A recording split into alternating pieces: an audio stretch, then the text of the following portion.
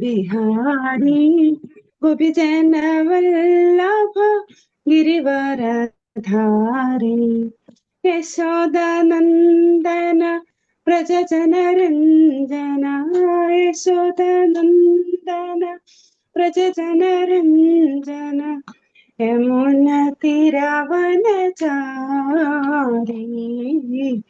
यमुनतीरवनचारी जय राधा माधव कुंज बिहारी गोपीजन वल्लभ गिरिवरधारी हरे कृष्ण कृष्ण कृष्ण हरे हरे हरे राम राम राम हरे हरे അവതീർണോ സമർപ്പയതും ഉന്നതോജ്ജലരസാം സ്വഭക്തി ശ്രിയം ഹരിപുരട സുന്ദരദ്യുതി കദംബ സന്ദീപിത സദാ ഹൃദയ കന്ദരേ സ്ഫുരതു വാശചീനന്ദന രാധാകൃഷ്ണ പ്രണയ വിഹൃതിർഹ്ലാദിനി ശക്തിരസ്മാത് ഏകാത്മാനോ അഭിഭുവി പുരാ ദേഹഭേദം ഗതൗ തൗ ചൈതന്യാഖ്യം പ്രകടമധുന തദ്വയം ചൈക്യമാപ്തം രാധാഭാവദ്യുതി സുവലിതം നൗമി കൃഷ്ണസ്വരൂപം ജയ ജയ ശ്രീ ചൈതന്യ ജയ നിത്യാനന്ദ. ഹരേ കൃഷ്ണ. അൺമ്യൂട്ട് ചെയ്ത് എല്ലാവരും ചൊല്ലും. ജയ ജയ ശ്രീ ചൈതന്യ ജയ നിത്യാനന്ദ ജയ അദ്വൈത ചന്ദ്ര ജയ ഗൗരഭക്ത വൃന്ദ. ജയ അദ്വൈത ചന്ദ്ര ജയ ഗൗരഭക്ത വൃന്ദ. ജയ ജയ ശ്രീ ചൈതന്യ ജയ നിത്യാനന്ദ ജയ ജയ നിത്യാനന്ദ ജയ അദ്വൈത ചന്ദ്ര ജയ ഗൗരഭക്ത വൃന്ദ. ജയ ഗൗരഭക്ത വൃന്ദ. ജയ ജയ ശ്രീ ചൈതന്യ ജയ നിത്യാനന്ദ ജയ ജയ ശ്രീ ചൈതന്യ ജയ നിത്യാനന്ദ. ജയ അദ്വൈത ചന്ദ്ര ജയ ഗൗരഭക്ത വൃന്ദ. അദ്വൈത ചന്ദ്ര ജയ ഗൗരഭക്ത വൃന്ദ. ഹരേ കൃഷ്ണ കൃഷ്ണ കൃഷ്ണ ഹരേ ഹരേ ഹരേ രാമ രാമ രാമ ഹരേ ഹരേ. ഓം നമോ ഭഗവതേ വാസുദേവായ. ഓം നമോ ഭഗവതേ വാസുദേവായ. ഓം നമോ ഭഗവതേ വാസുദേവായ. നമ്മള് 40ാമത്തെ ശ്ലോകം അദ്വൈതാചാര്യരെ കുറിച്ച് പഠിച്ചു. ഇനി നിത്യാനന്ദ പ്രഭു. നിത്യാനന്ദരായ പ്രഭുര സ്വരൂപ പ്രകാശ താണ്ഡ്രപാദ പത്മവന്തോയാൻഡ്രമുയി ദാസ. ഹരേ കൃഷ്ണ. ആരെങ്കിലും ചൊല്ലു. അത് കാണാൻ പറ്റുന്നുണ്ടല്ലോ ഇല്ലേ? ഹരേ കൃഷ്ണ മാതാജി. ഏത് ബുക്കാ? ഹരേ കൃഷ്ണ. ചൈതന്യ ചരിതാമൃതം ആദിലീല 1ാമത്തെ അധ്യായം 40ാമത്തെ ശ്ലോകം. അത് സ്ക്രീൻ ഷെയർ ചെയ്തിട്ടുണ്ട്. ഹരേ കൃഷ്ണ. ഒറ്റടിക്കട്ടെ മാതാജി. ഹരേ കൃഷ്ണ. ചൊല്ലിക്കോളൂ ചൊല്ലിക്കോളൂ. ഹരേ കൃഷ്ണ. നിത്യാനന്ദരായ പ്രഭുര സ്വരൂപ പ്രകാശ താന്മാപാദ പത്മവന്തോയാൻമാമുയി ദാസ. ഹരേ കൃഷ്ണ. ഹരേ കൃഷ്ണ. വിവർത്തനം കൂടി വായിക്കൂ. വിവർത്തനം. ഹരേ കൃഷ്ണ. ശീലപ്രഭാത്. ശ്രീല നിത്യാനന്ദ രാമൻ ഭഗവാന്റെ പൂർണ്ണാവിഷ്കാരമാണ്. അവിടുന്നാണ് എനിക്ക് ദീക്ഷ നൽകിയത്. അതിനാൽ അവിടുത്തെ പാദപത്മങ്ങളെ ഞാൻ ശിരസാ വന്ദിക്കുന്നു. ഹരേ കൃഷ്ണ. ഹരേ കൃഷ്ണ. കൃഷ്ണദാസ് കവിരാജ ഗോസ്വാമിയുടെ ദീക്ഷാ ഗുരു ആരാണ്? നിത്യാനന്ദ പ്രഭു ഇല്ലേ? ആ സ്റ്റോറി നമ്മൾ പറഞ്ഞതാണ്. ഓർമ്മയുണ്ടോ ആർക്കെങ്കിലും? ഹരേ കൃഷ്ണ. ആർക്കെങ്കിലും ഓർമ്മയുണ്ടോ? ഓർമ്മയുള്ളവര് പറയൂ. എങ്ങനെയാണ് കൃഷ്ണദാസ് കവിരാജ ഗോസ്വാമി വൃന്ദാവനത്തിൽ എത്തിയത്?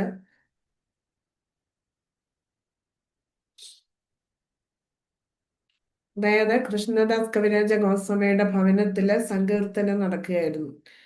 അപ്പൊ ആ സമയത്ത് മീനകേതന രാംദാസ് അവിടെ എത്തി. മീനകേതന രാംദാസ് നിത്യാനന്ദ പ്രഭുവിന്റെ ഭക്തനാണ്, പക്ഷെ മഹാപ്രഭുവിനെ ഇഷ്ടമല്ല. അപ്പൊ അവര് തമ്മില് ഭേദം കാണുന്നുണ്ട്.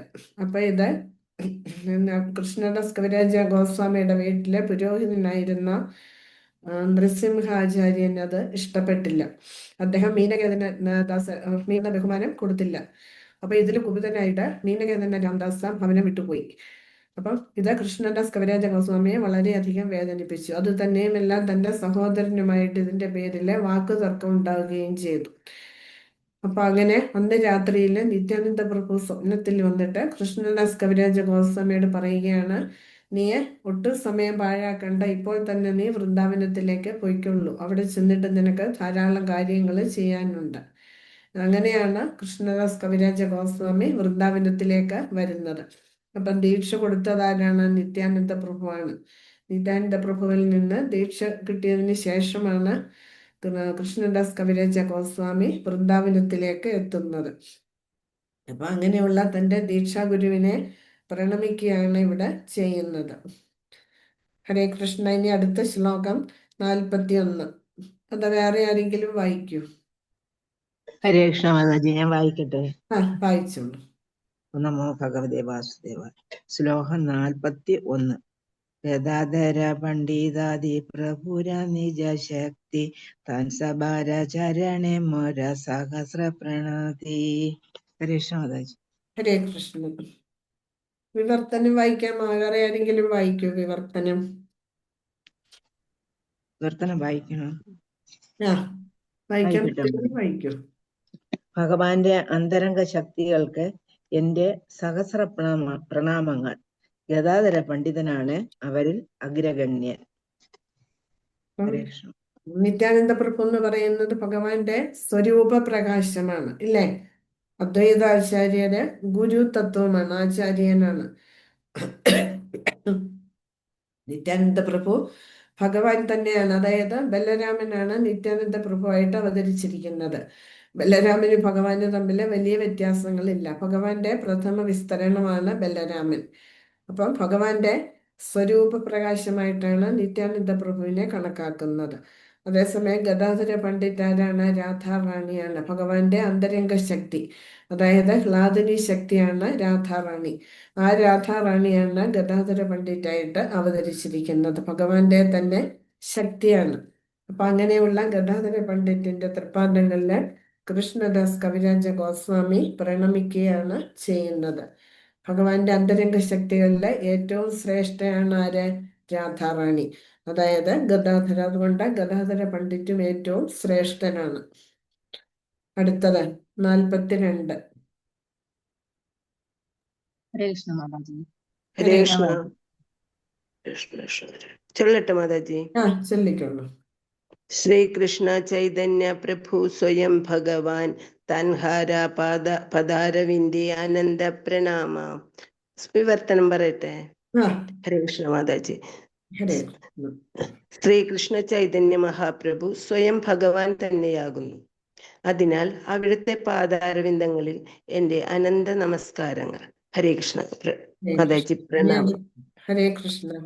ഇനി അടുത്തത് മഹാപ്രഭുവിനെ, ശ്രീകൃഷ്ണ ചൈതന്യ മഹാപ്രഭുവിനെയാണ് കൃഷ്ണദാസ് കവിരാജ ഗോസ്വാമി പ്രണമിക്കുന്നത്. മഹാപ്രഭു ആരാണ്? സ്വയം ശ്രീകൃഷ്ണ ഭഗവാനാണ്. രാധാറാണിയുടെ ഭാവത്തിലാണ് അവതരിച്ചിരിക്കുന്നത്. അതുകൊണ്ട് അങ്ങനെയുള്ള ശ്രീ ചൈതന്യ മഹാപ്രഭുവിന്റെ തൃപ്പാദങ്ങളിൽ ഞാൻ പ്രണമിക്കുന്നു എന്ന് കൃഷ്ണദാസ് കവിരാജ ഗോസ്വാമി ഇവിടെ പറയുകയാണ്. ഇനി അടുത്തത് 43-ാമത്തെ ശ്ലോകം. ഹരേ കൃഷ്ണ മാതാജി. ഹരേ കൃഷ്ണ. ശ്രാവരനെ പ്രഭുരെ കരിയ നമസ്കാര ഈ ഛയതൻ ഹോയെ ചേ കരിയേ വിചാര. ഹരേ കൃഷ്ണ മാതാജി. വിവർത്തനം. ഭഗവാനും അവിടുത്തെ പാർഷദന്മാർക്ക് നമസ്കാരങ്ങൾ അർപ്പിച്ചതിന് ശേഷം ഞാനിപ്പോൾ ഏകത്വത്തിലെ ഈ 6 നാനാത്വങ്ങളെ വിശദീകരിക്കാൻ ശ്രമിക്കാം. ഹരേ കൃഷ്ണ മാതാജി. ഹരേ കൃഷ്ണ.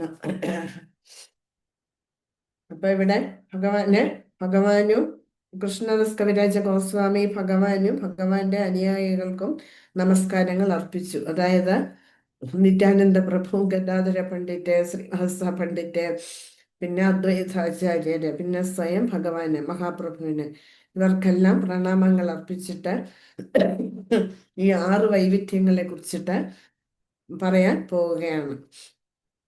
അപ്പം പരിശുദ്ധരായ ഭഗവത് ഭക്തര് അനേകമുണ്ട്. അവരെല്ലാം സദാ ഭഗവാന് ചുറ്റുമുള്ള സഹചരന്മാരായി പരിഗണിക്കപ്പെടുന്നു. കൃഷ്ണനെ അവിടുത്തെ ഭക്തരോട് കൂടിയാണ് ആരാധിക്കേണ്ടത്. അതിനാൽ മുൻപ് പറഞ്ഞ വിഭിന്ന തത്വങ്ങൾ ആത്യന്തിക സത്യത്തെ സമീപിക്കുന്നതിന് വഴിയൊരുക്കുന്ന അവിടുത്തെ ശാശ്വതമായ അനുസാരികളാണ്. അപ്പം ഭഗവാന്റെ ഭക്തർ അനേകമുണ്ട്. ഭഗവാൻ ഒരിക്കലും ഒറ്റയ്ക്ക് വരില്ല. നമുക്ക് എപ്പോ ഏതെല്ലാം ഫോട്ടോകളും നോക്കിക്കോളൂ, ഭഗവാനെ ഒറ്റയ്ക്ക് കാണാൻ പറ്റുമോ? ഒരിക്കലുമില്ല. ഒന്നുകിൽ ഭഗവാന്റെ ഓടക്കുഴൽ കയ്യിലുണ്ടാവാം, ഇല്ലെങ്കിൽ പശുക്കളിലുണ്ടാവും കൂടെ, ഇല്ലെങ്കിൽ അച്ഛനമ്മമാരുണ്ടാവാം, ഭഗവാന്റെ നിത്യ പാർശ്വതരായിട്ടുള്ള ആൾക്കാരുണ്ടാവാം, ഇല്ലേ?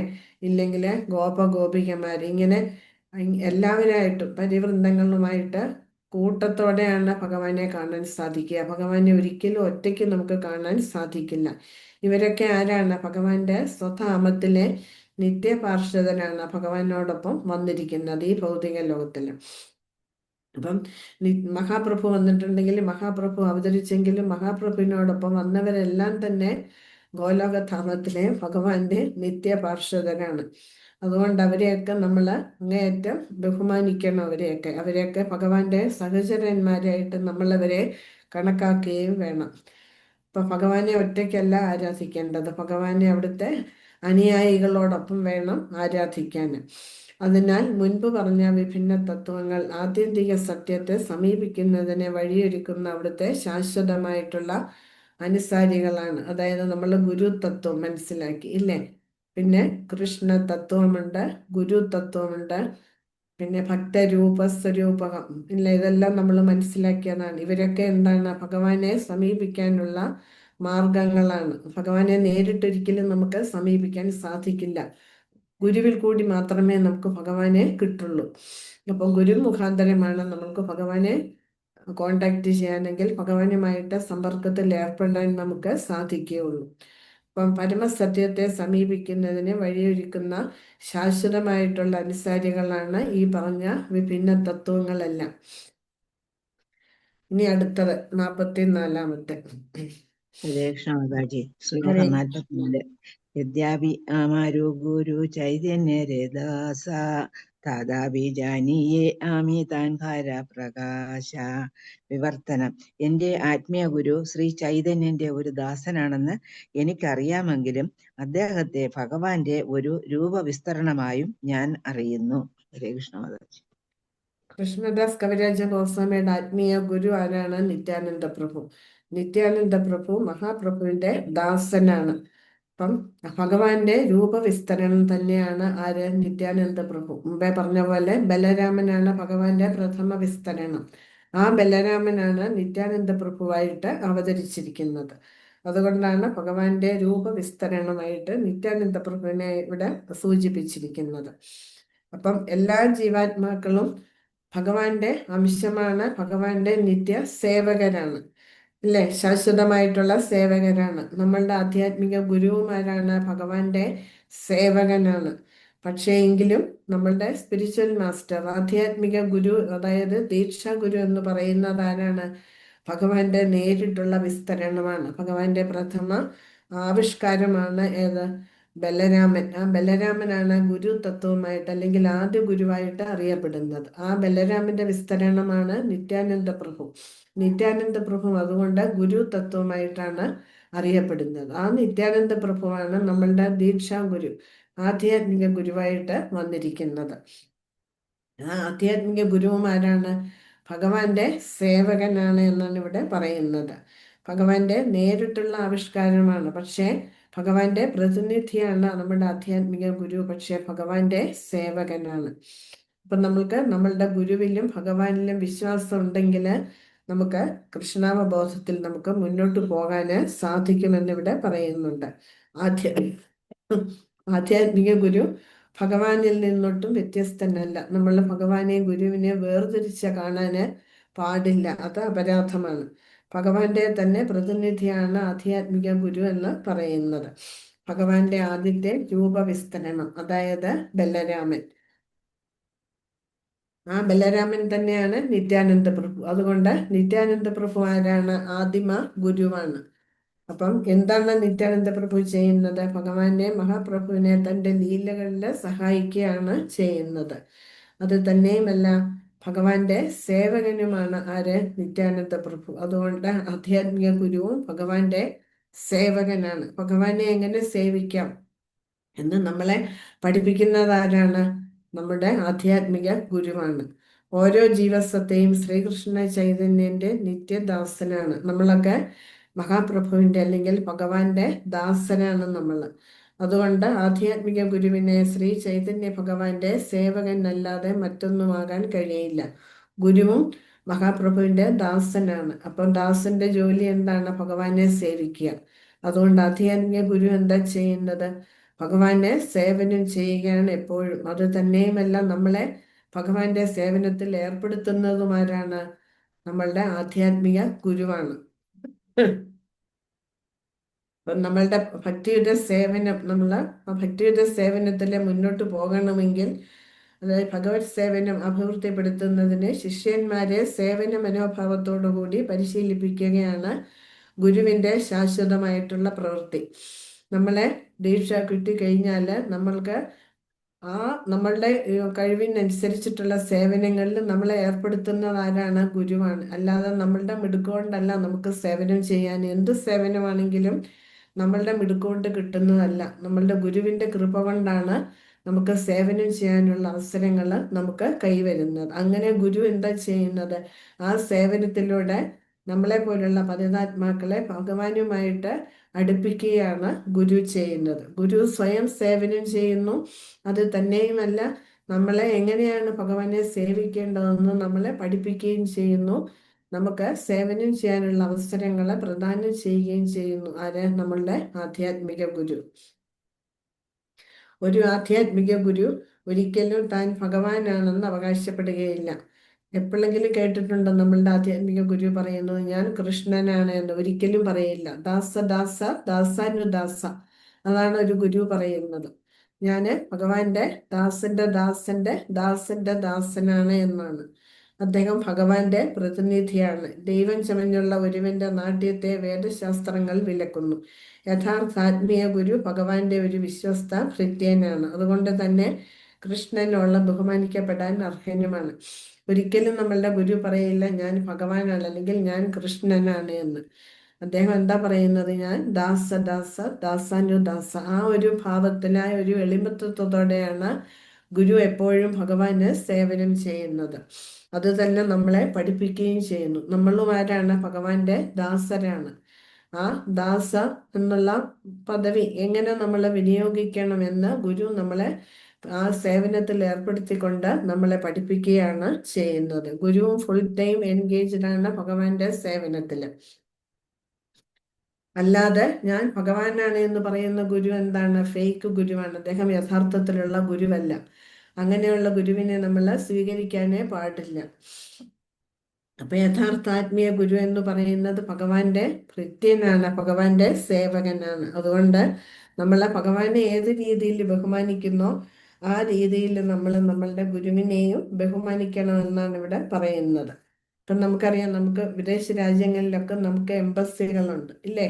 അതെന്തിനു വേണ്ടിയിട്ടാണ്? അവിടെയുള്ള ഇന്ത്യക്കാർക്ക് എന്തെങ്കിലും ആവശ്യം വന്നാൽ അവർക്ക് ആ എംബസിയിലേക്ക് കയറി ചെന്ന് അവരുടെ കാര്യങ്ങൾ സാധിക്കും ഇല്ലേ? അതിനുള്ള സൗകര്യങ്ങൾ അവിടെ ഉണ്ട്. അപ്പൊ അവർക്ക് ഒരു തരത്തിലും ബുദ്ധിമുട്ടുകൾ അവിടെ ഉണ്ടാവില്ല. അതുപോലെയാണ് നമ്മളുടെ ആധ്യാത്മിക ഗുരു എന്ന് പറയുന്നതും ഒരു എംബസിയാണ്. നമ്മൾ ഭഗവാന്റെ ഇടയിലെ ഒരു മാധ്യമമായിട്ട്, ട്രാൻസ്പെറന്റ് വയ മീഡിയം, സുതാര്യ മാധ്യമമായിട്ട് പ്രവർത്തിക്കുന്നത് ആരാണ്? നമ്മളുടെ ആധ്യാത്മിക ഗുരുവാണ്. നമുക്കൊരിക്കലും ഭഗവാനെ ഡയറക്റ്റ് ആയിട്ട് കോണ്ടാക്ട് ചെയ്യാൻ സാധിക്കില്ല. അങ്ങനെ പോകുന്നത് തെറ്റുമാണ്, അപരാധമാണ്. നമുക്കതിനുള്ള യോഗ്യതയില്ല ഭഗവാനെ ഡയറക്റ്റ് ആയിട്ട് കോണ്ടാക്ട് ചെയ്യാൻ. അതിനാണ് ഭഗവാൻ ഗുരുവിനെ ഭഗവാന്റെ പ്രതിനിധിയായിട്ട് നമുക്ക് തന്നിരിക്കുന്നത്. അപ്പൊ നമ്മൾ ആധ്യാത്മിക ജീവിതത്തിൽ നമ്മൾ ഗുരുവിനെ സ്വീകരിച്ചുകൊണ്ട് ഗുരുവിന്റെ നിർദ്ദേശപ്രകാരം നമ്മൾ ശാസ്ത്രങ്ങൾ പഠിച്ചും മനസ്സിലാക്കിയും നമ്മൾ ഭഗവാന്റെ സേവനം ചെയ്തും നമ്മൾ മുന്നോട്ട് പോവുകയാണെങ്കിൽ ആ ഗുരുവിൽ കൂടി നമുക്ക് ഭഗവാനെ കിട്ടാൻ സാധിക്കും. ആ ഗുരു വരുന്നത് എങ്ങനെയാണ്? പരമ്പരയിലാണ്. ഗുരു ശിഷ്യ പരമ്പരയിൽപ്പെട്ടതാണ് നമ്മളുടെ ആധ്യാത്മിക ഗുരു എന്ന് പറയുന്നത്. ഭഗവാനാൽ അധികാരപ്പെടുത്തപ്പെട്ടവനാണ് ആര്? നമ്മളുടെ ഗുരു എന്ന് പറയുന്നത്. വെറുതെ ഒരാൾക്ക് ഒരു ഗുരുവാകാൻ സാധിക്കില്ല. ഭഗവാന്റെ വ്യക്തിയെ ഭഗവാൻ തന്നെ ചുമതല ഏൽപ്പിച്ചിട്ടുണ്ട്. അത് ഭഗവാന്റെ ധാമത്തിൽ നിന്ന് വരുന്ന, അല്ലെങ്കിൽ നിത്യാനന്ദ പ്രഭുവിന്റെ, അല്ലെങ്കിൽ നമ്മളുടെ ആധ്യാത്മിക ഗുരു എന്ന് പറയുന്നത്. അങ്ങനെയുള്ളവർക്ക് മാത്രമേ ആധ്യാത്മിക ഗുരുവായിട്ട് എന്താ പറയുക, ആ ഗുരുവിന്റെ സ്ഥാനത്തിരിക്കാനുള്ള യോഗ്യത ഉള്ളൂ. അല്ലാതെ ആർക്കും കയറി ഞാൻ ഗുരുവാണ്, ഞാൻ ദീക്ഷാ ഗുരുവാണ് എന്ന് പറഞ്ഞാൽ ആ ഗുരുവിനെ നമ്മൾ സ്വീകരിക്കാനേ പാടില്ല. ഗുരുവെന്ന് പറഞ്ഞാൽ കൃഷ്ണശാസ്ത്രം അറിയുന്നവനായിരിക്കണം. ഭഗവാനെ കുറിച്ചുള്ള എല്ലാ കാര്യങ്ങളും ആ ഗുരുവിനെ അറിയാൻ സാധിക്കും. അത് തന്നെയല്ല, ഗുരുവിനെ സ്വയം സേവനം ചെയ്യുകയും നമ്മളെ പോലുള്ള പതിതാത്മാക്കളെ എങ്ങനെ ഭഗവാന്റെ സേവനത്തിന് വിനിയോഗിക്കാമെന്ന് ഗുരുവിനെ അറിയുകയും ചെയ്യും. അപ്പം നിത്യാനന്ദ പ്രഭുവാണ് നമ്മളുടെ യഥാർത്ഥ ആധ്യാത്മിക ഗുരു എന്ന് പറയുന്നത്. അപ്പം കൃഷ്ണനും ബലരാമനും തമ്മിൽ നമ്മൾ വ്യത്യാസം കാണാറില്ല, ഇല്ലേ? വളരെ കുറച്ച് കാര്യങ്ങളിലാണ് വ്യത്യാസമുള്ളൂ. അതുപോലെ ആധ്യാത്മിക ഗുരുവും ഭഗവാനും തമ്മിൽ നമ്മൾ വ്യത്യാസം കാണാൻ പാടില്ല. ഗുരുവിൻ പറയുന്നത് ഭഗവാന്റെ റെപ്രസെൻറ്റേറ്റീവാണ്, ഭഗവാന്റെ പ്രതിനിധിയാണ്. അപ്പൊ ഭഗവാന് കൊടുക്കുന്ന അതേ ബഹുമാനം നമ്മൾ ആർക്കും കൊടുക്കണം? നമ്മളുടെ ഗുരുവിന് കൊടുക്കണം. ഭഗവാൻ എന്ന് പറയുന്നത് ആരാണ്? എൻജോയറാണ്, ആസ്വാദകനാണ്. ബലരാമനോ സേവകനാണ്. ബലരാമൻ ഒരിക്കലും എൻജോയർ ആവാൻ ഇഷ്ടപ്പെടുന്നില്ല, അല്ലെങ്കിൽ ആസ്വദിക്കാൻ ഇഷ്ടപ്പെടുന്നില്ല. അതിനു പകരം ഭഗവാനെ സേവനം ചെയ്യാം, എങ്ങനെ സേവനം ചെയ്യാമെന്ന് എപ്പോഴും ചിന്തിച്ചുകൊണ്ടിരിക്കുന്ന ഒരു വ്യക്തിയാണ് ബലരാമൻ. നമുക്കറിയാം ഭഗവാന്റെ എല്ലാ പാരാഫർണാലിയും, ഭഗവാന്റെ കുട, ഇരിപ്പിടങ്ങള്, വസ്ത്രങ്ങള്, ആഭരണങ്ങള്, ഇതെല്ലാം തന്നെ ആരാണ്? ബലരാമനാണ്. അതോടൊപ്പം തന്നെ അനഘമഞ്ചരിയായിട്ട് ഭഗവാനെ സേവനം ചെയ്യുന്നുണ്ട് ഗോലോകത്തില്. അതേപോലെ നമ്മളുടെ ഗുരുവുമാരാണ്? ഭഗവാന്റെ സേവകനാണ്. എങ്ങനെ നമ്മളെ ഭഗവാന്റെ സേവനത്തിൽ ഏർപ്പെടുത്താം എന്നറിയുന്ന ഒരു വ്യക്തിയാണ് നമ്മളുടെ ആധ്യാത്മിക ഗുരു എന്ന് പറയുന്നത്. നമ്മളെ പഠിപ്പിക്കുകയാണ് ചെയ്യുന്നത്. എങ്ങനെ ഭഗവാനെ സേവനം ചെയ്യണമെന്ന് നമ്മൾക്ക് പറഞ്ഞു തരുന്നത് ആരാണ്? നമ്മളുടെ ഗുരുവാണ്. അതുകൊണ്ട് നമ്മള് ഭഗവാന് കൊടുക്കുന്ന ബഹുമാനം, സ്നേഹം നമ്മളുടെ ഗുരുവിനും നമ്മൾ കൊടുക്കണം. എങ്കിൽ മാത്രമേ നമുക്ക് ഭക്തി മാർഗത്തില് മുന്നോട്ട് പോകാൻ സാധിക്കുള്ളൂ. ഇനി അടുത്ത ശ്ലോകം 45. ഹരേ കൃഷ്ണ മാതാജി, ഹരേ കൃഷ്ണ. വായിച്ചോട്ടെ? വായിച്ചോളൂ. വായിച്ചോട്ടെ മാതാജി? ഗുരു കൃഷ്ണ രൂപാഹന ശാസ്ത്രോ പ്രണാമ ഗുരുരൂപേ കൃഷ്ണ കൃപ കരേന ഭക്തഗണ. വിവർത്തനം. എല്ലാ വേദശാസ്ത്രങ്ങളുടെയും സൂക്ഷ്മമായ അഭിപ്രായ പ്രകാരം ആധ്യാത്മിക ഗുരു കൃഷ്ണനിൽ നിന്ന് അഭിന്നമാണ്. ഗുരുവിന്റെ രൂപത്തിൽ കൃഷ്ണൻ അവിടുത്തെ ഭക്തന്മാരെ മോചിപ്പിക്കുന്നു. ഹരേ കൃഷ്ണ. ഹരേ കൃഷ്ണ. ഗുരു കൃഷ്ണ രൂപഹന ശാസ്ത്രേര പ്രമാണേ ഗുരുരൂപേ കൃഷ്ണ കൃപാകരേന ഭക്തഗണേ. അപ്പം ഗുരു എന്ന് പറയുന്നത് ആരാ നമ്മൾ മനസ്സിലാക്കി? ഭഗവാനോളം തന്നെ ശ്രേഷ്ഠനാണ്, മഹത്വമുണ്ട് ആർക്ക്? നമ്മളുടെ ആധ്യാത്മിക ഗുരുവിന്. അത് വെറുതെ പറയുന്നതല്ല, നമുക്ക് ശാസ്ത്രങ്ങളിൽ നിന്ന് നമുക്ക് ധാരാളം തെളിവുകൾ ഉണ്ട് അതിനായിട്ട്. ഗുരുവിന്റെ രൂപത്തിലാണ് ഭഗവാൻ നമ്മളുടെ മുൻപിൽ അവതരിച്ചിരിക്കുന്നത്. അപ്പൊ അങ്ങനെയുള്ള ഗുരു, ഭഗവാൻ ഏത് തരത്തിലാണോ നമ്മളോട് കൃപ കാണിക്കുന്നത്, അതേപോലെ നമ്മളുടെ ആധ്യാത്മിക ഗുരു നമ്മളോട് കൃപ കാണിക്കുന്നുണ്ട്. നമ്മളുടെ എല്ലാ പാപങ്ങളും പുറത്ത് നമ്മളെ ഭഗവാനോട് അടുപ്പിക്കുന്നത് ആരാണ്? നമ്മൾ എത്ര തെറ്റ് ചെയ്താലും വീണ്ടും വീണ്ടും നമ്മളെ കൈപിടിച്ച് ഉയർത്തുകയാണ് ഗുരു ചെയ്യുന്നത്. അല്ലാണ്ട് ഒരു തെറ്റ് എന്നാൽ നീ പൊക്കോ, ഇനി എന്റെ ശിഷ്യനല്ല എന്ന് ഗുരു പറയുന്നില്ല. നമ്മൾ തെറ്റ് ചെയ്യുന്തോറും ആ തെറ്റുകളൊക്കെ ക്ഷമിച്ച് നമ്മളെ വീണ്ടും ആ ഭക്തിയുടെ സേവനത്തിന്റെ പാതയില് കൈപിടിച്ച് മുന്നോട്ട് കൊണ്ടുപോകുന്നത് ആരാണ്? നമ്മളുടെ ദീക്ഷാ ഗുരു, ആധ്യാത്മിക ഗുരുവാണ്. അദ്ദേഹം ഭഗവാന്റെ പ്രതിനിധിയാണ്. നമ്മൾ ഭഗവാനെ എങ്ങനെയാണോ സ്നേഹിക്കുകയും ബഹുമാനിക്കുകയും ചെയ്യുന്നത്, അതുപോലെ നമ്മൾ നമ്മളുടെ ആധ്യാത്മിക ഗുരുവിനെ സ്നേഹിക്കുകയും നമ്മൾ സേവനം ചെയ്യുകയും ബഹുമാനിക്കുകയും ചെയ്യണം. എങ്കിൽ മാത്രമേ നമുക്ക് ആ ഭക്തിയുടെ സേവനത്തിന്റെ പാതയിൽ അല്ലെങ്കിൽ ഭക്തി മാർഗത്തിൽ മുന്നോട്ട് പോകാൻ സാധിക്കുള്ളൂ എന്നാണ് ഇവിടെ പറയുന്നത്. ഗുരുവിന്റെ രൂപത്തിലാണ് ഭഗവാൻ നമ്മളുടെ മുമ്പിൽ പ്രകടമാകുന്നത്. അങ്ങനെ പ്രകടമായിട്ട് നമ്മളുടെ എല്ലാ പാപങ്ങളും പുറത്തിട്ട് നമ്മളെ ഭഗവാനിലേക്ക് അടുപ്പിക്കുകയാണ്, ഭഗവാനിൽ എത്തിക്കുകയാണ് ഗുരു ചെയ്യുന്നത്. തൻ്റെ ഗുരുവുമായിട്ടുള്ള ശിഷ്യന്റെ ബന്ധം ഭഗവാനുമായുള്ള അവന്റെ ബന്ധത്തിന് തുല്യമാണ്. അപ്പം നമ്മള് ഗുരു ശിഷ്യ ബന്ധം എന്ന് പറയുന്നത് ഭഗവാനും നമ്മളുമായിട്ടുള്ള ബന്ധത്തിന്റെ അതേ ലെവലിലാണ് ഇരിക്കുന്നത്. ആധ്യാത്മിക ഗുരു എല്ലായ്പ്പോഴും തന്നെ ഭഗവാന്റെ ഏറ്റവും എളിയ സേവകനായിട്ട് സ്വയം അവതരിപ്പിക്കുന്നു. നമ്മളുടെ ഗുരു, ആധ്യാത്മിക ഗുരു എപ്പോഴും എൻഗേജ്ഡ് ആണ് എന്തിലെ? ഭഗവാന്റെ സേവനത്തില്. എന്നാൽ ശിഷ്യൻ അദ്ദേഹത്തെ ഭഗവാന്റെ പ്രത്യക്ഷ പ്രതിനിധിയായി ദർശിക്കണം.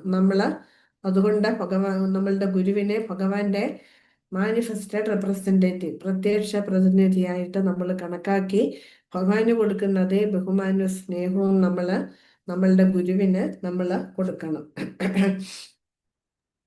അപ്പൊ ഗുരു എന്ന് പറഞ്ഞാൽ എന്താണ് അതിന്റെ അർത്ഥം? ഹെവി വിത്ത് നോളജ് എന്നാണ്. അതായത് അറിവിന്റെ ഭാരം ചുമക്കുന്ന ഒരാളാണ് ഗുരു എന്ന് പറയുന്നത്. ഗുരുവിനെ A to Z, ഭക്തിമാർഗത്തിലെ A to Z കാര്യങ്ങൾ നമ്മളുടെ ആധ്യാത്മിക ഗുരുവിന് അറിയുക മാത്രമല്ല, അത് നമ്മൾക്കത് പറഞ്ഞു തരികയും ചെയ്യുന്നുണ്ട്, അല്ലേ? അപ്പം ജ്ഞാനത്തിന്റെ ഭണ്ഡാരമായിട്ട് അല്ലെങ്കിൽ കലവറയായിട്ട് വേണം നമ്മളുടെ ഗുരുവിനെ കണക്കാക്കാനായിട്ട്. അപ്പം ഭഗവാനെ എങ്ങനെ സ്നേഹിക്കാം, ഭഗവാനെ എങ്ങനെ സേവനം ചെയ്യാം, ആരാണ് ഭഗവാൻ എന്നൊക്കെ നമ്മളെ പഠിപ്പിക്കുന്നത് ആരാണ്? നമ്മളുടെ ആധ്യാത്മിക ഗുരുവാണ്. ആ ഗുരു അത് സ്വയം മനസ്സിലാക്കുകയും ചെയ്യുന്നു. അത് നമ്മളെ പോലുള്ള പതിതാത്മാക്കൾക്ക് അത് പറഞ്ഞു തരികയും നമ്മളെ ആ ഗുരു സഞ്ചരിക്കുന്ന പാതയിലേക്ക് നമ്മളെ എത്തിക്കാൻ ഗുരു പരിശ്രമിക്കുകയുമാണ് ചെയ്യുന്നത്. ആ ഗുരു എന്ന് പറയുന്ന ആധ്യാത്മിക ഗുരു ശരിയായിട്ടുള്ള പരമ്പരയിൽപ്പെട്ടതാണ്. ഗുരു ശിഷ്യ പരമ്പരയിൽപ്പെട്ട ഒരു ആധ്യാത്മിക ഗുരുവിനെ വേണം നമ്മൾ സ്വീകരിക്കാനായിട്ട്. ഇല്ലെങ്കിൽ നമ്മൾക്ക് ഭഗവാനെ കുറിച്ചിട്ടുള്ള ശരിയായിട്ടുള്ള ജ്ഞാനം നമുക്ക് കിട്ടില്ല. നമുക്ക് കിട്ടുന്നത് തെറ്റായിട്ടുള്ള അറിവായിരിക്കും. കാരണം എന്താണ്? പരമ്പരയിൽപ്പെട്ടതായാല് ആ ഗുരു ഭഗവാനാൽ നിയോഗിക്കപ്പെട്ടവനാണ്, അധികാരപ്പെട്ടവനാണ് ഗുരു എന്ന് പറയുന്നത്. അപ്പൊ ഭഗവാനെ കുറിച്ചുള്ള കാര്യങ്ങൾ അദ്ദേഹത്തിന്റെ ഗുരുവിൽ നിന്നും ആ ഗുരുവിന്റെ ഗുരുവിൽ നിന്നും ഒക്കെ മനസ്സിലാക്കി അത് കൈമാറിയാണ് ആ ഗുരുവിന് കിട്ടിയിട്ടുള്ളത്. അപ്പൊ അങ്ങനെയുള്ള അറിവ് ശരിയായിട്ടുള്ള അറിവ് ആയിരിക്കും. അങ്ങനെയുള്ള ഗുരുവിന് നമ്മളെ പോലുള്ള ബദ്ധാത്മാക്കളെ ശരിയായ മാർഗത്തില് നയിക്കാനുള്ള കഴിവും ഉണ്ടായിരിക്കും. അങ്ങനെ നമുക്ക് ഭക്തിയുടെ സേവന പാതയിൽ മുന്നോട്ട് പോകാൻ എല്ലാ തരത്തിലും നമ്മളെ സഹായിക്കുന്നത് ആരാണ്? നമ്മളുടെ ഗുരുവാണ്. സോറി, ഹരേ കൃഷ്ണ.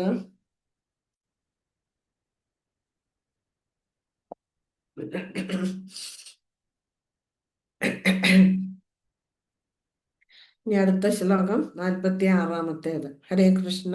ഹരേ കൃഷ്ണ മാതാജി. ഹരേ ശ്ലോകം കൃഷ്ണ. 46.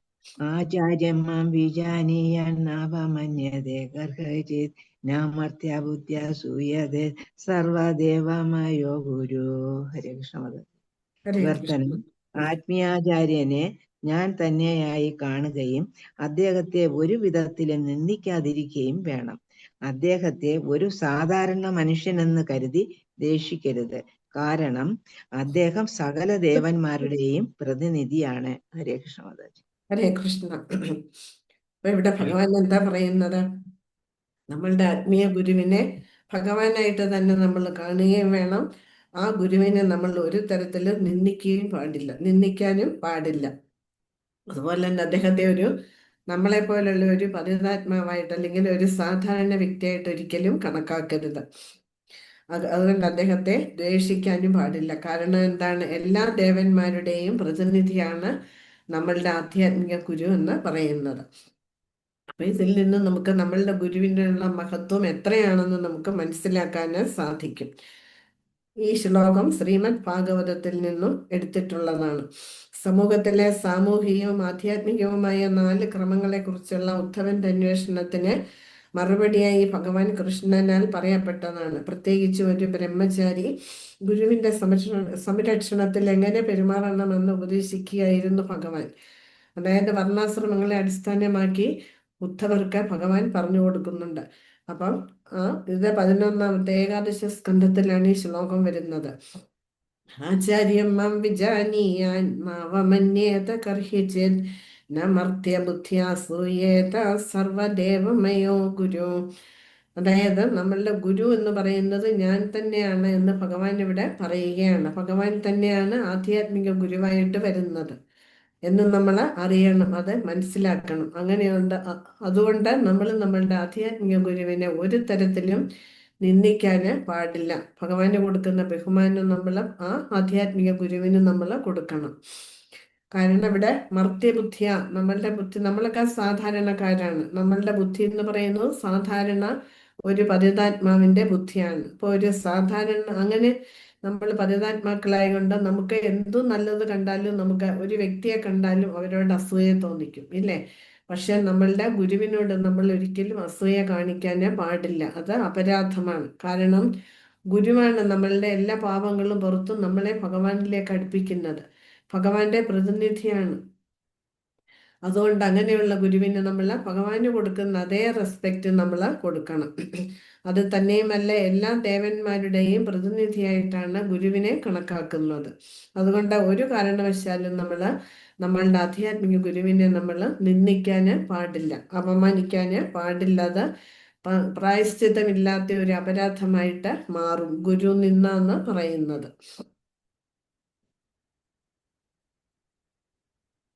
ഒരു കഥയുണ്ട്, ഉത്തങ്കന്റെ കഥ. നിങ്ങൾ കേട്ടിട്ടുണ്ടോന്നറിയില്ല. ഉത്തങ്കൻ എന്ന് പറയുന്ന ഒരു ശിഷ്യനുണ്ടായിരുന്നു. അദ്ദേഹത്തിന് എപ്പോഴും അദ്ദേഹത്തിന്റെ ഗുരു എപ്പോഴും ശാസിക്കും, എപ്പോഴും ചീത്ത പറയും, സ്നേഹത്തോടെ പെരുമാറുകയേയില്ല. അപ്പൊ ഉത്തങ്കൻ അത് വളരെ ദുഃഖമുണ്ട് ഉള്ളിൽ എപ്പോഴും, എന്നോട് മാത്രം എന്താണ് ഗുരു ഇങ്ങനെ പെരുമാറുന്നത് എന്ന്. അപ്പം ഉത്തങ്കന് രാത്രി കിടന്നാൽ ഉറക്കം വരില്ല. അപ്പൊ അങ്ങനെ ഉറങ്ങാൻ കിടക്കുന്ന സമയത്ത് തന്റെ ഗുരുവും ഗുരുമാതയും തമ്മിലുള്ള സംഭാഷണം കേട്ടപ്പോൾ ഗുരുമാത ഗുരുവിനോട് ചോദിക്കുകയാണ്, എപ്പോഴും എന്തിനാണ് അങ്ങ് ഉത്തങ്കനെ മാത്രം ചീത്ത പറയുന്നത്? എന്തിനാണ്? ഉത്തങ്കൻ എത്ര നല്ല ശിഷ്യനാണ്. അദ്ദേഹം നിങ്ങൾ എന്തു പറഞ്ഞാലും ആ കുട്ടി അത് അനുസരിക്കുന്നുണ്ടല്ലോ, നിങ്ങൾക്ക് വേണ്ടുന്ന എല്ലാ കാര്യങ്ങളും ചെയ്തു തരുന്നുണ്ട്, പിന്നെയും പിന്നെയും എന്തിനാണ് ആ കുട്ടിയെ ഇങ്ങനെ ശാസിക്കുന്നത് എന്ന്. അപ്പൊ ആ ഗുരു മറുപടി പറയുന്നത് എന്താണ്? എനിക്ക് അവനോടാണ് ഏറ്റവും ഇഷ്ടം കൂടുതൽ, അതുകൊണ്ടാണ് ഞാൻ അവനെ ശാസിക്കുന്നത്. കാരണം അവനെ ഇനിയും ഉയർന്ന ആ ഭക്തി മാർഗത്തിൽ അവന് ഉന്നത തലത്തിൽ എത്തുന്നത് എനിക്ക് കാണണം. അപ്പൊ ഇത് കേട്ടിട്ട് ഉത്തങ്കന് വളരെയധികം സങ്കടം തോന്നി. എപ്പോഴും ഉത്തങ്കന് ഗുരുവിനോട് ദേഷ്യമാണ്. എന്നെ മാത്രം ചീത്ത പറയുന്നു, എന്നെ ശാസിക്കുന്നു, മറ്റുള്ളവരോട് എത്ര സ്നേഹമായിട്ടാണ് പെരുമാറുന്നത്, എന്നോട് എന്താണ് എൻ്റെ ഗുരു ഇങ്ങനെ പെരുമാറാത്തത് എന്ന് എപ്പോഴും ഉള്ളിലെ ഗുരുവിനോടൊരു പകയുണ്ടായിരുന്നു. അപ്പൊ ഇത് കേട്ട് കഴിഞ്ഞപ്പോൾ ഉത്തങ്കന് കുറ്റബോധം കൊണ്ട് സഹിക്കാൻ വയ്യാതായി. ഉത്തങ്കൻ എന്താ ചെയ്തത്? ഉമിയുടെ ഉമി കൂട്ടിയിട്ടിട്ടുണ്ടായിരുന്നു. ആ ഉമിക്ക് തീ കൊടുത്തിട്ട് ആ ഉമിക്കുള്ളിലെ കയറി ഇരുന്നങ്ങനെ സ്വയം വെന്ത് നീറി മരിക്കുകയാണ് ചെയ്തത്. കാരണം തൻ്റെ ഗുരുവിനെ താൻ നിന്ദിച്ചല്ലോ എന്നുള്ള കുറ്റബോധം. നമ്മളുടെ ഗുരുവിനെ ഒരു തരത്തിലും കുറ്റം പറയാനോ നിന്ദിക്കാനോ പാടില്ല. കാരണം ഇതിന് പ്രായശ്ചിത്തമില്ല. ഗുരു നിന്ദയ്ക്ക് അത്രയ്ക്ക് കഠിനമായിട്ടുള്ള അപരാധമായിട്ട് അത് മാറും. നമുക്ക് പിന്നെ ഭക്തിമാർഗത്തിൽ മുന്നോട്ട് പോകാനേ നമുക്ക് സാധിക്കില്ല. നമ്മൾ അധപതിക്കുകയാണ് ചെയ്യുക. അപ്പൊ സമൂഹത്തിലെ സാമൂഹികവും ആധ്യാത്മികവുമായിട്ടുള്ള 4 ക്രമങ്ങളെ കുറിച്ച് ഉദ്ധവൻ, അതായത് വർണ്ണാശ്രമ ധർമ്മത്തെ കുറിച്ച് ഉദ്ധവൻ ഭഗവാനോട് അന്വേഷിക്കുന്നുണ്ട്. അതിന് മറുപടി ആയിട്ട് പറയുന്നതാണ് ഈ ശ്ലോകം. അതായത് ബ്രഹ്മചാരികളെ ഗുരുകുലത്തിൽ താമസിച്ചിട്ട് ഗുരുവിന്റെ നേതൃത്വത്തിലാണ് അവര് ശിക്ഷ അഭ്യസിക്കുന്നത്. അപ്പം ആ ഗുരുവിന്റെ സംരക്ഷണത്തിൽ എങ്ങനെ പെരുമാറണം ഒരു ബ്രഹ്മചാരി എന്ന് ഭഗവാൻ ഉദ്ധവർക്ക് പറഞ്ഞു കൊടുക്കുന്നതാണ് ഇവിടെ സന്ദർഭം എന്ന് പറയുന്നത്. ആധ്യാത്മിക ഗുരുവിനെ നമ്മൾ എല്ലാ തരത്തിലും സ്നേഹിക്കും, സേവനം ചെയ്യും, ഇല്ലേ? ഏതെല്ലാം തരത്തില് ഗുരുവിനെ നമുക്ക് സന്തോഷിപ്പിക്കാൻ സാധിക്കുമോ അതെല്ലാം നമ്മൾ ചെയ്തു കൊടുക്കും, ഇല്ലേ? പക്ഷെ ഒരു ശരിയായിട്ടുള്ള ഗുരു എന്ന് പറയുന്നത് തൻ്റെ ശിഷ്യര് തരുന്ന ഈ സേവനങ്ങളിലെ സുഖ സൗകര്യങ്ങളിലെ സന്തോഷിക്കുന്നവനല്ല. ആ ഗുരുവിനറിയാം താൻ ഭഗവാന്റെ സേവകനാണ് എന്ന്. എപ്പോഴും ആ ഒരു തലത്തിൽ നിൽക്കാനാണ് ആധ്യാത്മിക ഗുരു ഇഷ്ടപ്പെടുക. ഒരു രക്ഷകർത്താവിനെ പോലെയാണ്. നമ്മൾക്ക് എങ്ങനെയാണോ നമ്മളുടെ അച്ഛനമ്മമാർ, അതുപോലെയാണ് നമ്മളുടെ ആധ്യാത്മിക ഗുരു എന്ന് പറയുന്നത്. നമ്മളുടെ അച്ഛന്റെ സ്ഥാനത്ത് വേണം നമ്മളുടെ ആധ്യാത്മിക ഗുരുവിനെ നമ്മൾ കാണാൻ. അതുപോലെ ഗുരു നമ്മളെ ശിക്ഷിക്കുകയും ശാസിക്കുകയും നമുക്ക് ഭക്തിമാർഗത്തിൽ നമ്മളെ കൈപിടിച്ച് മുന്നോട്ട് കൊണ്ടുപോവുകയും നമുക്ക് വേണ്ടുന്ന നിർദ്ദേശങ്ങൾ നമ്മളുടെ ഗുരു നമ്മൾക്ക് തന്നുകൊണ്ടിരിക്കുകയും ചെയ്യും. ഇപ്പോൾ ഒരു കൊച്ചുകുട്ടിക്ക് അച്ഛനമ്മമാരുടെ സഹായം കൂടാതെ ആ കുട്ടിക്ക് മുന്നോട്ട് പോകാൻ സാധിക്കില്ല, ഇല്ലേ? ആ കുട്ടിയെ ചെറിയ കുട്ടിയിൽ നിന്ന് ഒരു വലിയ പൗരനായിട്ട് രൂപപ്പെടുത്തി എടുക്കുന്നതിൽ മുഖ്യ പങ്ക് ആർക്കാണ്? അച്ഛനമ്മമാർക്കാണ്. അവരുടെ ആ ശാസനയും ശിക്ഷണവുമാണ് ഇന്നത്തെ ചെറിയ കുട്ടി നാളെ ഒരു നല്ല പൗരനായിട്ട് മാറാൻ കാരണമാകുന്നത്. അതുപോലെയാണ് ഒരു ഉത്തമ ഭക്തന്റെ നിലയിലേക്ക് വരണമെങ്കിൽ നമ്മളുടെ ആ ആധ്യാത്മിക ഗുരുവിന്റെ ശിക്ഷണം നമ്മൾക്ക് കിട്ടിയേ പറ്റുള്ളൂ. അല്ലാതെ നമുക്ക് സ്വയം ഭക്തിമാർഗത്തില് മുന്നോട്ട് പോകാൻ സാധിക്കില്ല എന്നാണ് ഈ ശ്ലോകത്തിൽ കൂടി നമ്മൾ മനസ്സിലാക്കേണ്ടത്. നമ്മളുടെ ആധ്യാത്മിക ജീവിതത്തില് ഗുരുവിന് എത്രമാത്രം പ്രാധാന്യമുണ്ട് എന്ന് നമ്മൾ മനസ്സിലാക്കണം. നമുക്കൊരിക്കലും ഭഗവാനുമായിട്ട് ഡയറക്റ്റ് ആയിട്ട് നമുക്ക് ഭഗവാനെ കിട്ടില്ല. ഗുരുവാണ് നമ്മളെ ഭഗവാനോട് അടുപ്പിക്കുന്നത്. ഇതാണ് കൃഷ്ണൻ എന്ന് ചൂണ്ടിക്കാണിച്ച് തരുന്നത് ആരാണ്? ഭഗവാനാണ്. ഒരു കുട്ടിക്ക് രക്ഷിതാക്കളുടെ ശ്രദ്ധാപൂർവമായ പരിചരണം കൂടാതെ യൗവനത്തിലേക്ക് വളരാൻ കഴിയില്ല. അതുപോലെ ആധ്യാത്മിക ഗുരുവിന്റെ ശ്രദ്ധയില്ലാതെ ഒരുവന് അതീന്ദ്രിയ സേവനത്തിന്റെ വിധാനത്തിലേക്ക് ഉയരാന് സാധിക്കില്ല. ആധ്യാത്മിക ഗുരുവിനെ ആചാര്യൻ അഥവാ ആധ്യാത്മിക ശാസ്ത്രത്തിന്റെ അതീന്ദ്രിയ അധ്യാപകൻ എന്നും വിളിക്കപ്പെടുന്നു. ആചാര്യൻ എന്ന് പറഞ്ഞാൽ എന്താണ്? സ്വയം ആചരിക്കുകയും മറ്റുള്ളവരെ ആ മാർഗത്തിലേക്ക് കൊണ്ടുവരികയും ചെയ്യുന്ന ആളാണ് ഒരു ആചാര്യൻ എന്ന് പറയുന്നത്. മനുസംഹിതയിൽ ഒരു യഥാർത്ഥ ആധ്യാത്മിക ഗുരു തന്റെ ശിഷ്യന്മാരുടെ ചുമതല ഏൽക്കണമെന്നും അവരെ വൈദിക ജ്ഞാനം അതിന്റെ എല്ലാ സങ്കീർണതകളോടും കൂടി പഠിപ്പിക്കണമെന്നും അവർക്ക് അവരുടെ രണ്ടാം ജന്മം നൽകണമെന്നും വിവരിച്ചുകൊണ്ട് ആചാര്യന്റെ ചുമതലകൾ വിശദീകരിക്കുന്നു. മനുസംഹിതയിലെ ആചാര്യനെ കുറിച്ചും ആചാര്യന്റെ ഉത്തരവാദിത്തങ്ങൾ എന്താണെന്നും പറയുന്നുണ്ട്. അതായത് ഒരു പതിതാത്മാവിനെ ഭക്തിമാർഗത്തിൽ വന്നു കഴിഞ്ഞാൽ വേണ്ടുന്ന നിർദ്ദേശങ്ങൾ കൊടുത്ത് മന്ത്രദീക്ഷ കൊടുക്കുകയും അത് തന്നെയുമല്ല, അത് കഴിഞ്ഞാൽ അടുത്ത സ്റ്റെപ്പ് എന്ന് പറയുന്നത് ബ്രാഹ്മണ ദീക്ഷ. ആ ബ്രാഹ്മണ ദീക്ഷയും കൊടുത്ത് ഭക്തിമാർഗത്തില് ഉറച്ചു നിൽക്കാൻ ജീവാത്മാവിനെ സഹായിക്കുകയും ചെയ്യുകയാണ് ഒരു ആധ്യാത്മിക ഗുരുവിന്റെ ധർമ്മം എന്ന് പറയുന്നത്.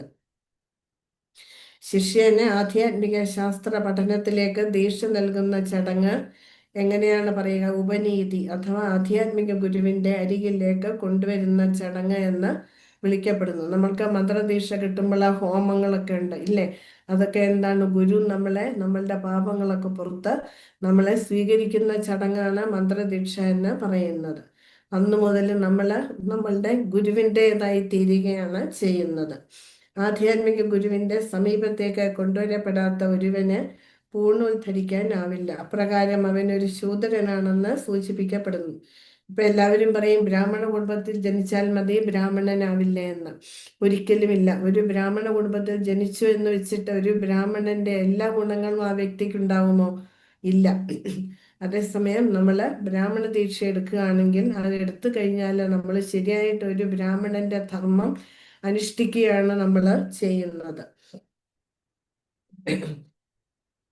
അപ്പം ബ്രാഹ്മണന്റെയോ ക്ഷത്രിയന്റെയോ വൈശ്യന്റെയോ ശരീരത്തിലുള്ള പൂണൂൽ ആ ആധ്യാത്മിക ഗുരുവിനാൽ ആ ബ്രാഹ്മണ ദീക്ഷ നൽകപ്പെട്ടതിന്റെ തെളിവാണ്. അത് ഉന്നത കുലജാതൻ എന്നുള്ള അഭിമാന സൂചകമായി ധരിക്കുന്ന പക്ഷം അത് തികച്ചും മൂല്യരഹിതമാണ്. അത് കഴുത്തില് ബ്രാഹ്മണ ദീക്ഷ കഴിഞ്ഞിട്ട് വെളുത്ത നൂല് കഴുത്തിൽ ധരിക്കാൻ പ്രഭുക്കന്മാർക്കൊക്കെ കിട്ടും. അത് ഒരു എന്താ പറയുന്ന അഭിമാനമായിട്ടല്ല അതിനെ കൊണ്ടു നടക്കേണ്ടത്. പിന്നെന്താണ്? ആ ബ്രാഹ്മണിക്കൽ ദീക്ഷ എടുത്തു കഴിഞ്ഞാൽ ഒരു വ്യക്തി എന്താണോ ചെയ്യേണ്ടത് ആ ഭക്തിമാർഗത്തിലെ ശരിയായ പാതയിൽ മുന്നോട്ട് പോകാൻ ആ ഭക്തൻ ശ്രമിക്കണം. എങ്കിൽ മാത്രമേ ആ ബ്രാഹ്മണ ദീക്ഷ എടുത്തത് കൊണ്ട് അതിന്റെ ഫലം കിട്ടുള്ളൂ. ഇങ്ങനെ ഒരു സംസ്കാരത്തിന് അഥവാ പരിശുദ്ധീകരണത്തിന് ശേഷം ഗുരു വാസ്തവത്തിൽ ശിഷ്യനെ വേദവിഷയങ്ങൾ പഠിപ്പിച്ചു തുടങ്ങുന്നു. അപ്പം ദീക്ഷയൊക്കെ എടുത്തു കഴിഞ്ഞാൽ നമുക്ക് ശാസ്ത്രങ്ങൾ പഠിക്കാനുള്ള അവസരങ്ങളായി ഭഗവത്ഗീത, ഭാഗവതം മുതലായവ നമ്മൾ വായിക്കുകയും പഠിക്കുകയും ഒക്കെ ചെയ്ത് അത് നല്ലവണ്ണം നമ്മൾ ഹൃദയസ്ഥമാക്കുകയാണ് ചെയ്യുന്നത്. അങ്ങനെ നമ്മൾ ശുദ്ധരാവുകയാണ് ചെയ്യുന്നത്. ഗുരു അംഗീകരിക്കുകയാണെങ്കിൽ ശൂദ്രനായി ജനിച്ച ഒരുവന് പോലും ദീക്ഷ ലഭിക്കാൻ വിലക്കുകളില്ല. എത്ര പതിതാത്മാവായാലും, അതായത് നായമാംസം ഭക്ഷിക്കുന്നവനായാലും ഒരു ഗുരു വിചാരിച്ചാല് ആ വ്യക്തിയെ ഉയർത്തി കൊണ്ടുവരാൻ തീർച്ചയായിട്ടും സാധിക്കും. അതിനുള്ള അധികാരം ആർക്കുണ്ട്? ആധ്യാത്മിക ഗുരുവിന് ഉണ്ട്. തന്റെ ശിഷ്യൻ യോഗ്യതയുള്ളവനാണെങ്കിൽ ബ്രാഹ്മണ ദീക്ഷ നൽകാൻ ഗുരുവിന് അധികാരം. എല്ലാ വൈദിക സാഹിത്യങ്ങളുടെയും പൊരുൾ അറിയുകയും വേദങ്ങളുടെ ഉദ്ദേശം വിശദീകരിക്കുകയും അവയുടെ നിയമങ്ങളും ശാസനകളും അനുസരിക്കുകയും അതേ വിധത്തിൽ പ്രവർത്തിക്കാൻ ശിഷ്യന്മാരെ പഠിപ്പിക്കുകയും ചെയ്യുന്നവനാണ് ആചാര്യൻ എന്ന വായുപുരാണം നിർവചിക്കുന്നു. അപ്പം എല്ലാ വേദ സാഹിത്യങ്ങളും പഠിച്ച് അതിൻ്റെ അന്തസത്ത മനസ്സിലാക്കിയവനാണ് നമ്മളുടെ ആധ്യാത്മിക ഗുരു എന്ന് പറയുന്നത്. അത് തന്നെയുമല്ല, വേദങ്ങളുടെ ലക്ഷ്യം എന്താണ്? പ്രഭു 68-ാമത്തെ പേജാണ്, 68 ആണ്, 68. എല്ലാ വേദങ്ങളുടെയും ലക്ഷ്യം ഭഗവാനെ, ശ്രീകൃഷ്ണ ഭഗവാനാണ് പരമദിവ്യോത്തമ പുരുഷൻ എന്ന് മനസ്സിലാക്കുക എന്നതാണ്. അത് മനസ്സിലാക്കിയവനാണ് ആര്? നമ്മളുടെ ആധ്യാത്മിക ഗുരു. അതിൻ്റെയൊക്കെ നിയമങ്ങളെല്ലാം അനുസരിക്കുന്നുമുണ്ട് നമ്മളുടെ ആധ്യാത്മിക ഗുരു. സ്വയം അനുസരിക്കുക മാത്രമല്ല, തൻ്റെ ശിഷ്യർക്ക് അത് പറഞ്ഞു കൊടുത്ത് അതേ പാതയിൽ കൊണ്ടുവരാന് ഒരാധ്യാത്മിക ഗുരു പരിശ്രമിക്കുന്നു. നമുക്കറിയാം, ഉപദേശാമൃതത്തിന്റെ ഫസ്റ്റ് ശ്ലോകം ഇല്ലേ? ആർക്കെങ്കിലും പറയാമോ? 1-ാമത്തെ ശ്ലോകം ഉപദേശാമൃതത്തിന്റെ. ഹരേ കൃഷ്ണ.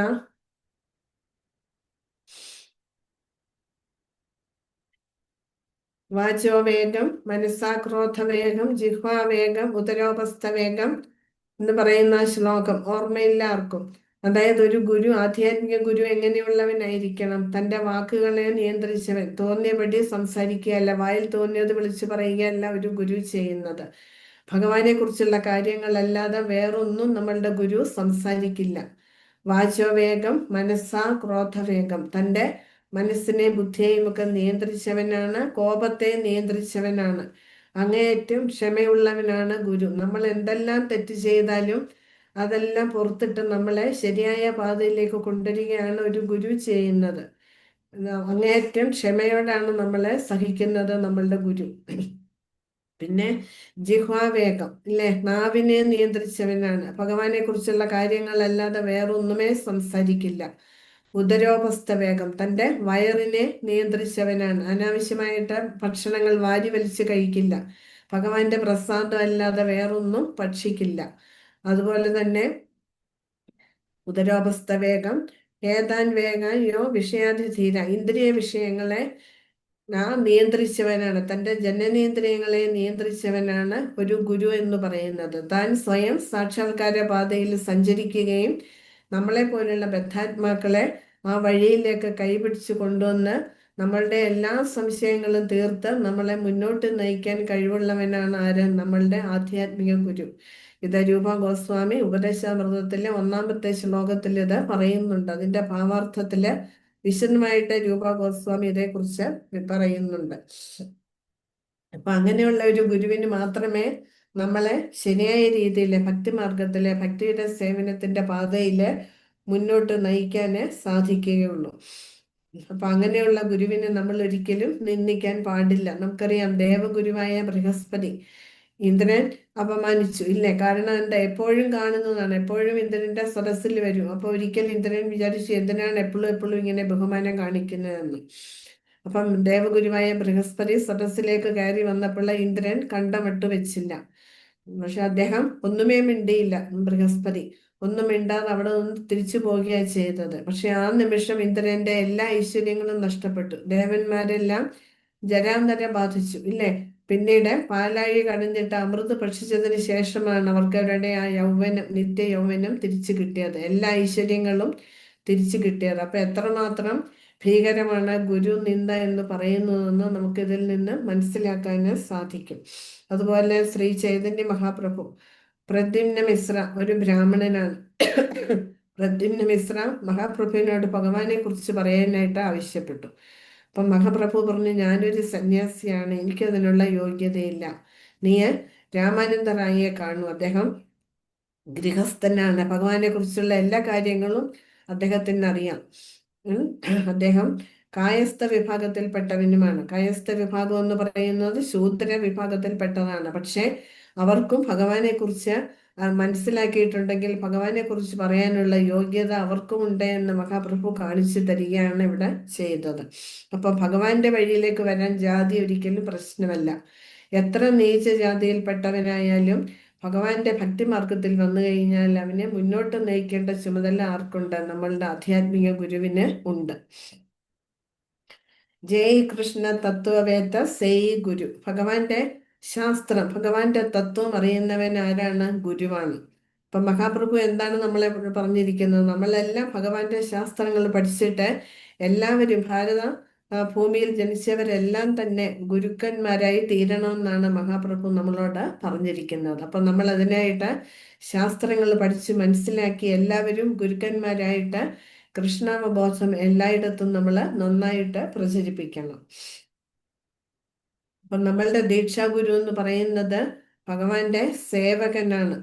അപ്പൊ സേവ്യ ഭഗവാനാണ് ഭഗവാനെ അങ്ങനെയുള്ള ആ ഭഗവാനെ സേവിക്കുന്ന സേവക ഭഗവാനാണ്, സെർവിറ്റർ ഗോഡാണ് നമ്മളുടെ ആധ്യാത്മിക ഗുരു എന്ന് പറയുന്നത്.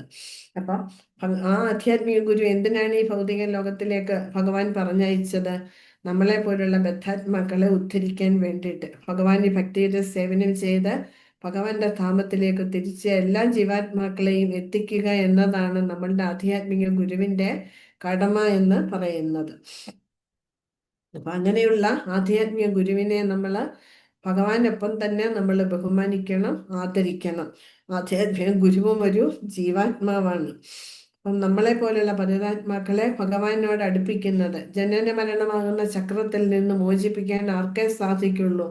നമ്മളുടെ ആധ്യാത്മിക ഗുരുവിന് മാത്രമേ സാധിക്കുള്ളൂ. അല്ലാണ്ട് നമ്മൾ സ്വയം ഭഗവാനെ ഭജിച്ച് ഈ ഭൗതിക ലോകത്തിൽ നിന്ന് രക്ഷപ്പെടാമെന്ന് വിചാരിച്ചാൽ അതൊരിക്കലും നടക്കില്ല.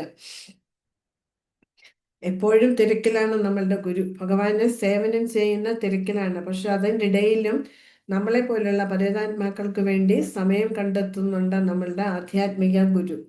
അപ്പൊ അങ്ങനെയുള്ള ആ ഗുരുവിന് നമ്മൾ ഭഗവാൻ എങ്ങനെയാണോ ബഹുമാനം കൊടുക്കുന്നത് അതേപോലെ നമ്മൾ ബഹുമാനിക്കണം. ഭഗവാൻ തന്റെ അതിരറ്റ അനുകമ്പ കൊണ്ട് മാത്രമാണ് സ്വയം ആധ്യാത്മിക ഗുരുവിന്റെ രൂപത്തിൽ വെളിപ്പെടുന്നത്. അപ്പം നമ്മളോടുള്ള കൃപ കൊണ്ടാണ്, അപ്പം നമ്മളെ പോലുള്ള പതിതാത്മാക്കളോടുള്ള കൃപ കൊണ്ടാണ് നമ്മൾക്ക് ഗുരുവിനെ കിട്ടുന്നത്. അപ്പം നമ്മളുടെ ആധ്യാത്മിക ജീവിതത്തിൽ നമ്മൾക്കൊരു ഗുരുവിനെ സ്വീകരിക്കാൻ കഴിഞ്ഞാൽ അത് ഭഗവാന്റെ അനുഗ്രഹമായിട്ട് നമ്മൾ കണക്കാക്കണം. അതുകൊണ്ട് ആചാര്യന്റെ ഇടപാടുകളിൽ പ്രേമഭരിതമായ ഭഗവത് സേവനമല്ലാതെ മറ്റു പ്രവൃത്തികളൊന്നും തന്നെയില്ല.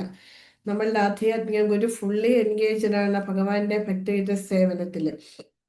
അതല്ലാതെ വേറൊരു പ്രവൃത്തി നമ്മളുടെ ഗുരു ചെയ്യുന്നില്ല. അദ്ദേഹം സർവശ്രേഷ്ഠനായ സേവക ഭഗവാനാണ്. നമ്മളുടെ ഗുരു സേവക ഭഗവാനാണ്. ഭഗവാൻ സേവ്യ ഭഗവാനാണ്. ആരെയാണോ സേവിക്കുന്നത് അത് സേവ്യ ഭഗവാൻ, ആരാണോ സേവിക്കുന്നത് അത് സേവക ഭഗവാൻ. അപ്പം ആ ശ്രീകൃഷ്ണ ഭഗവാനെ സേവിക്കുന്നത് ആരാണ്? നമ്മളുടെ ഗുരു. അതാണ് ഗുരു സേവക ഭഗവാനായിട്ട് അറിയപ്പെടുന്നത്. ഭക്തിയിൽ ഉറച്ചു നിൽക്കുന്ന അത്തരമൊരു ഭക്തൻ ആശ്രയ വിഗ്രഹം അഥവാ ആശ്രയം നൽകാൻ യോഗ്യനായ ഭഗവാന്റെ ആവിഷ്കാരമാകുന്നു. അപ്പം ഗുരു എന്ന് പറയുന്നത് ആശ്രയ വിഗ്രഹമാണ്. നമുക്കെല്ലാവർക്കും അഭയം തരുന്ന ഒരു ആശ്രയ വിഗ്രഹമാണ്. നമുക്ക് ഏത് സമയത്ത് എപ്പോഴും നമുക്ക് ഗുരുവിനെ സമീപിക്കാം. നമ്മളുടെ സംശയങ്ങൾ ചോദിച്ച് അത് പരിഹരിക്കാൻ നമ്മളുടെ ഗുരു നമ്മളെ സഹായിക്കും. എത്ര തിരക്കാണെങ്കിലും നമ്മളുടെ സംശയങ്ങൾ ദൂരീകരിക്കാൻ നമ്മളുടെ ഗുരു അതിന് സമയം കണ്ടെത്തുകയും നമ്മൾക്ക് അതിൻ്റെ സംശയങ്ങളെ തീർത്ത് തരികയും ചെയ്യുന്നുണ്ട്. അപ്പൊ അതുകൊണ്ടാണ് നമ്മളുടെ ഗുരു ആശ്രയ വിഗ്രഹം എന്ന് പറയുന്നത്. എപ്പോഴും ഏത് സമയത്തും നമുക്ക് ആശ്രയിക്കാം. ആരെ? നമ്മളുടെ ആധ്യാത്മിക ഗുരുവിനെ. അങ്ങനെയുള്ള ഗുരു എന്ന് പറയുന്നത് ഭഗവാന്റെ ആവിഷ്കാരമാണ്. നമ്മൾക്ക് ഭഗവാനെ ആശ്രയിക്കാൻ നിവൃത്തിയില്ല. അതിന് പകരം ഭഗവാന്റെ പ്രതിനിധിയായിട്ടാണ് ഗുരുവിനെ ഈ ഭൗതിക ലോകത്തിലേക്ക് അയച്ചിരിക്കുന്നത്. നമ്മളുടെ ഗുരു എന്ന് പറയുന്നത് ആരാണ്? ബലരാമന്റെ പ്രതിനിധി, അല്ലെങ്കിൽ ബലരാമന്റെ അസോസിയേറ്റ് ആണ്, അല്ലെങ്കിൽ നിത്യാനന്ദ പ്രഭുവിന്റെ അസോസിയേറ്റ്സ് ആണ് നമ്മളുടെ ആധ്യാത്മിക ഗുരുക്കന്മാര്. അവര് നമ്മളെ പോലുള്ള ഒരു പതിതാത്മാവല്ല. അവര് ഈ ഒരൊറ്റ ഉദ്ദേശത്തോടെ ഭൗതിക ലോകത്തില് ഭഗവാന്റെ നിർദ്ദേശം അനുസരിച്ചിട്ട് വന്നിരിക്കുന്നതാണ്. അങ്ങനെയുള്ള നമ്മളുടെ ഗുരുവിനെ ആശ്രയിക്കുന്നതാണ് ഏറ്റവും അനുയോജ്യമായിട്ടുള്ള രീതി എന്ന് പറയുന്നത്. സ്വയം ആചാര്യനായി ഭാവിക്കുകയും ഭഗവത് സേവന മനോഭാവം ഇല്ലാതിരിക്കുകയും ചെയ്യുന്ന ഒരുവൻ നിശ്ചയമായും അപരാധിയായി പരിഗണിക്കപ്പെടണം. സ്വയം ആധ്യാത്മിക ഗുരുവായിട്ട് ചമഞ്ഞുകൊണ്ട് ഞാൻ ഗുരുവാണെന്ന് പറയുകയും ചെയ്യും, ഭഗവാനെ സേവിക്കുകയുമില്ല, തൻ്റെ ശിഷ്യരെ ഭഗവാന്റെ സേവനത്തിൽ ഏർപ്പെടുകയും ചെയ്യില്ല എങ്കിൽ ആ ഗുരുവിനെ നമ്മൾ തിരസ്കരിക്കണം. ആ ഗുരുവിനെ നമ്മളുടെ ആധ്യാത്മിക ഗുരുവായിട്ട് നമ്മൾ കണക്കാക്കാനേ പാടില്ല. അങ്ങനെയുള്ള ഒരാള് അപരാധിയാണ്. ഈ അപരാധ മനോഭാവം ആചാര്യനാകുന്നതിനുള്ള അയോഗ്യനാക്കും. യഥാർത്ഥ ആധ്യാത്മിക ഗുരു എല്ലായ്പ്പോഴും കലർപ്പറ്റ ഭഗവത് സേവനത്തിൽ മുഴുകുന്നു. ശരിയായിട്ടുള്ള ഒരു ആധ്യാത്മിക ഗുരു സ്വയം ഭഗവാന്റെ സേവനത്തിൽ മറ്റുള്ളവരെ കൂടി ഈ പാതയിലെ കൊണ്ടുവരികയും ചെയ്യുന്നു. ഈ പരീക്ഷയിലൂടെ അദ്ദേഹം ഭഗവാന്റെ പ്രകടഭാവമായും നിത്യാനന്ദ പ്രഭുവിന്റെ അവ്യാജനായ ഒരു പ്രതിനിധിയായും അറിയപ്പെടുന്നു.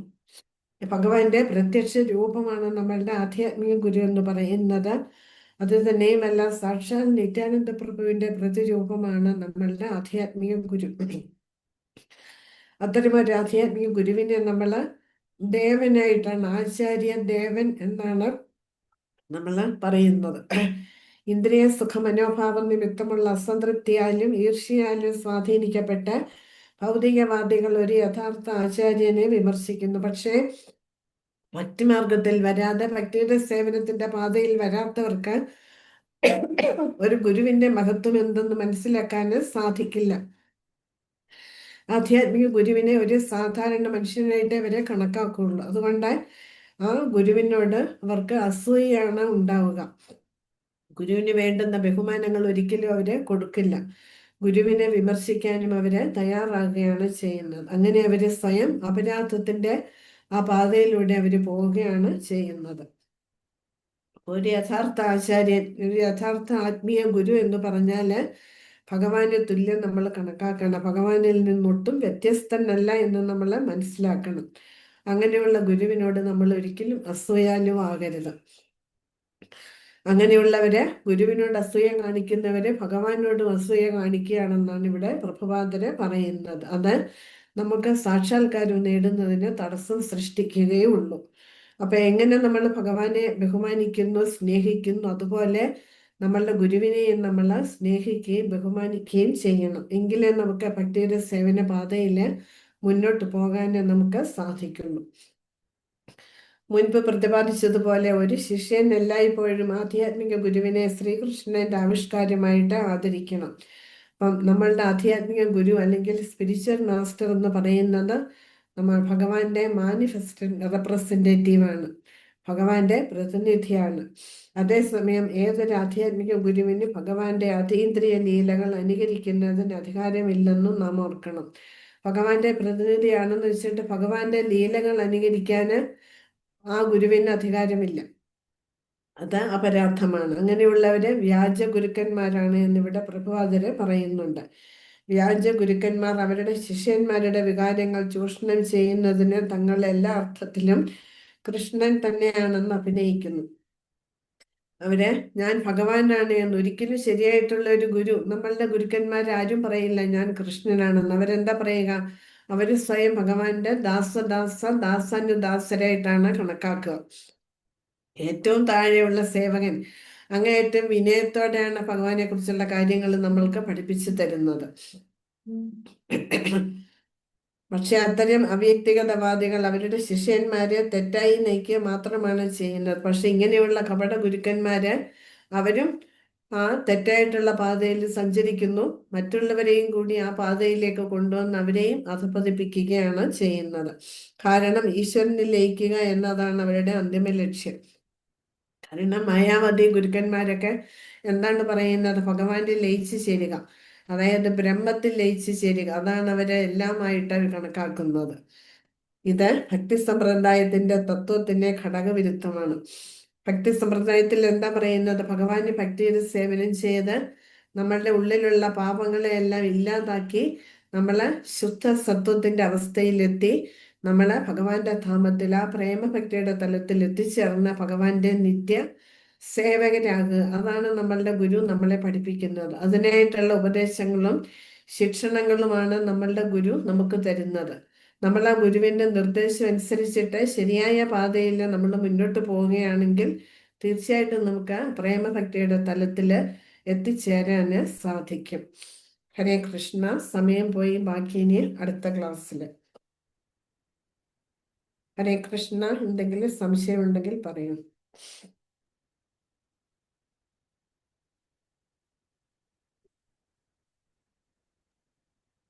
ഹരേ കൃഷ്ണ. വളരെ വാല്യുബിൾ ആയിട്ടുള്ള ഇൻഫർമേഷൻ ആണ്. അത് സീരിയസ് ആയിട്ട് എടുത്തു കഴിഞ്ഞാൽ തീർച്ചയായിട്ടും നിങ്ങൾക്ക് ഗുരുവിനെ എത്രയും പെട്ടെന്ന് നിങ്ങൾക്ക് കിട്ടാനുള്ള ഭഗവത് കൃപ, ഗുരുകൃപ വന്നു ചേരുന്നതാണ്. എല്ലാവരും സീരിയസ് ആയിട്ട് അത് മനസ്സിലാക്കുക. ഹരേ കൃഷ്ണ. വേറെ സംശയമൊന്നും ഇല്ലെങ്കിൽ 7 മണിയായി.